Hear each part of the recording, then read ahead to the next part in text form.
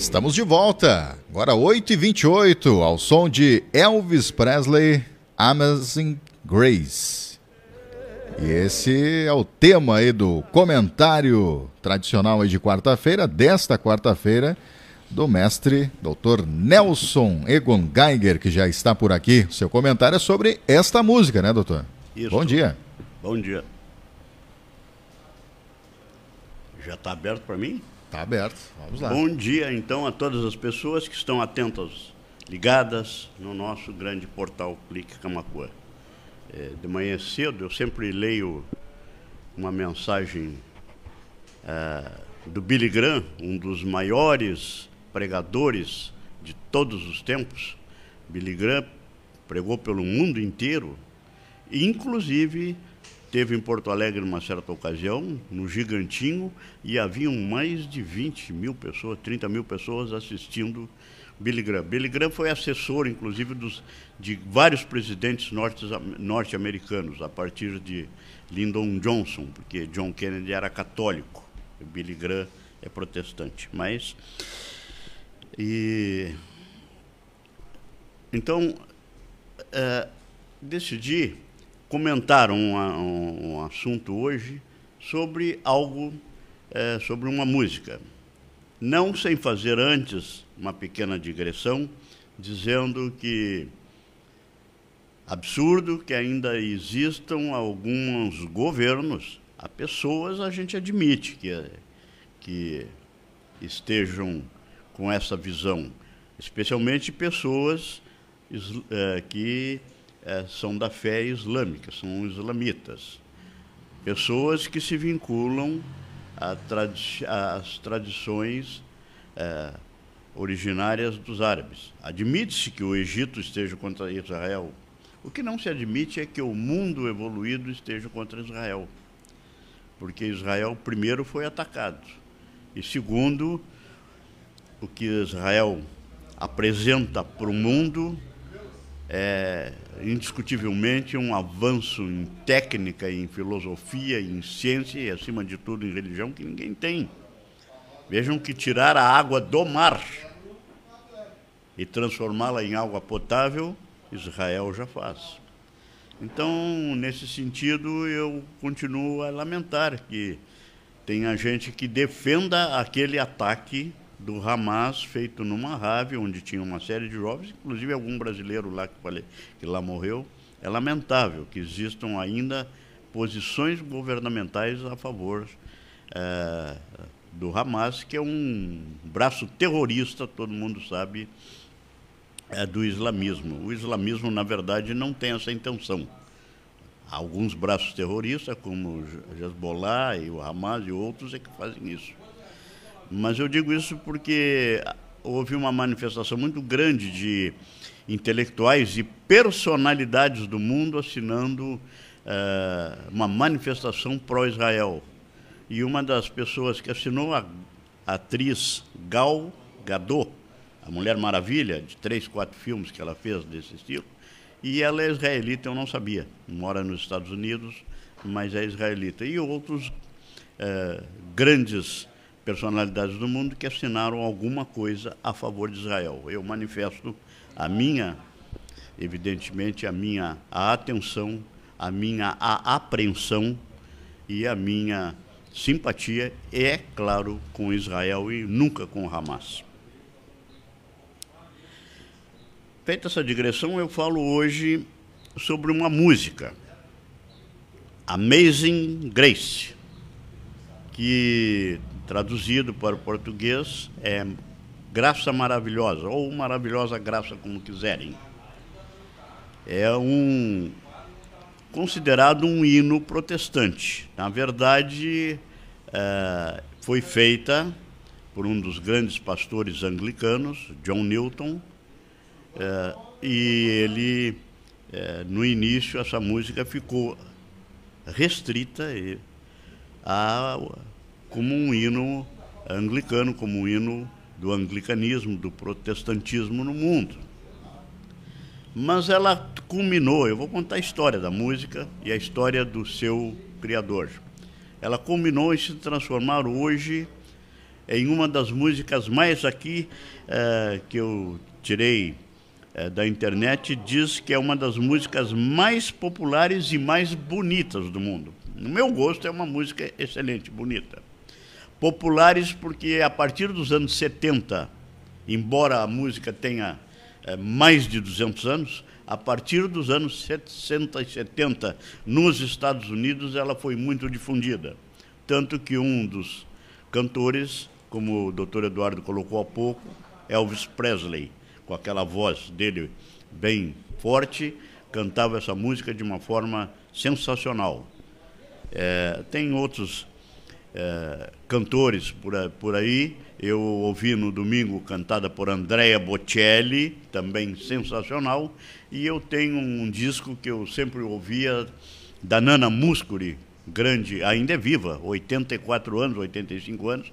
É uma das maiores cantoras do mundo, grega, que ainda vive, ainda canta. Eu tenho um disco em que ela canta Amazing Grace.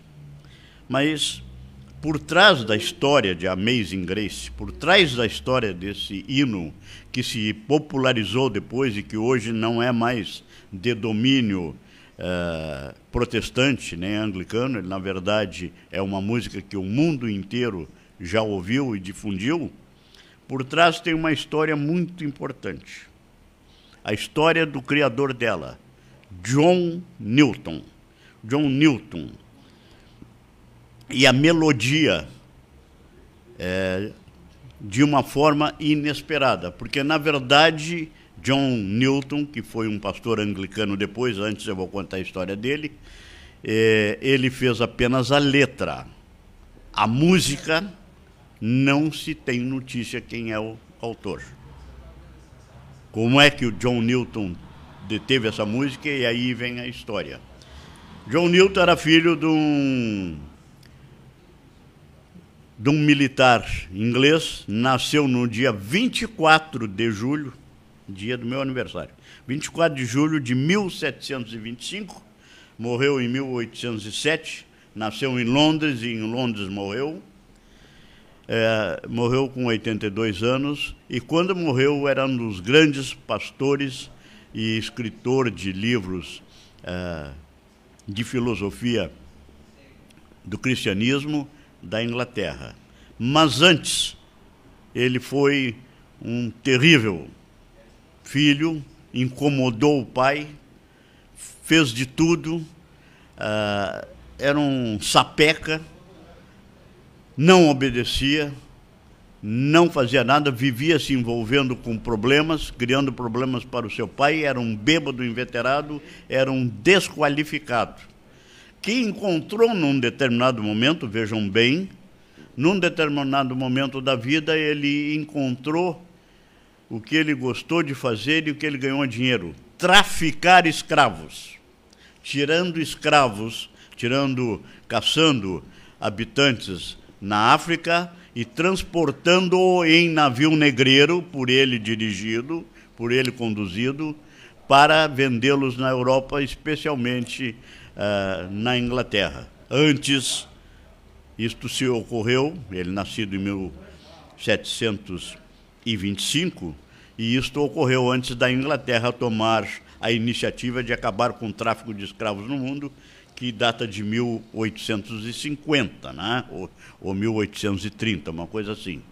Mas John Newton era um traficante de escravos, era um homem que fazia tudo que era ilegal, fazia tudo que era criminoso e se transformou depois num grande pastor, num homem dedicado ao cristianismo e a falar de Cristo. Por quê? Porque numa dessas viagens, aí ele ficava na África, caçava os habitantes, colocava-os no navio negreiro, conduzia também navio negreiro. Numa dessas viagens em que o pai mandou buscá-lo, porque ele ficou doente, para resgatar, o navio que ele vinha em direção à Inglaterra, possivelmente evidentemente pelo Atlântico, mas possivelmente vindo de Angola, Moçambique, daquela zona, o navio, a chegar nas costas da Irlanda, perto da Irlanda e antes de chegar na Escócia, antes de chegar na Inglaterra, esbarrou e bateu em pedras, foi jogado por uma tempestade contra pedras e quase afundou.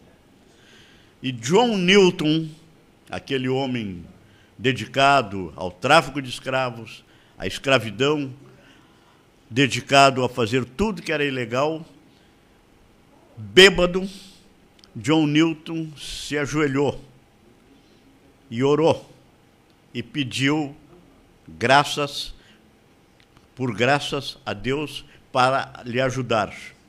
E o navio culminou em se safar e não afundar.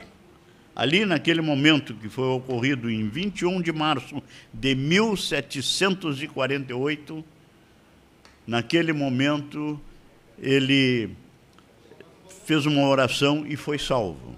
Ainda assim, depois disso, ainda continuou algum tempo envolvido com o tráfico, mas em determinado momento da vida dele, ele passou a se dedicar ao cristianismo e ao anglicanismo, porque na Inglaterra, e se transformou depois num grande pastor.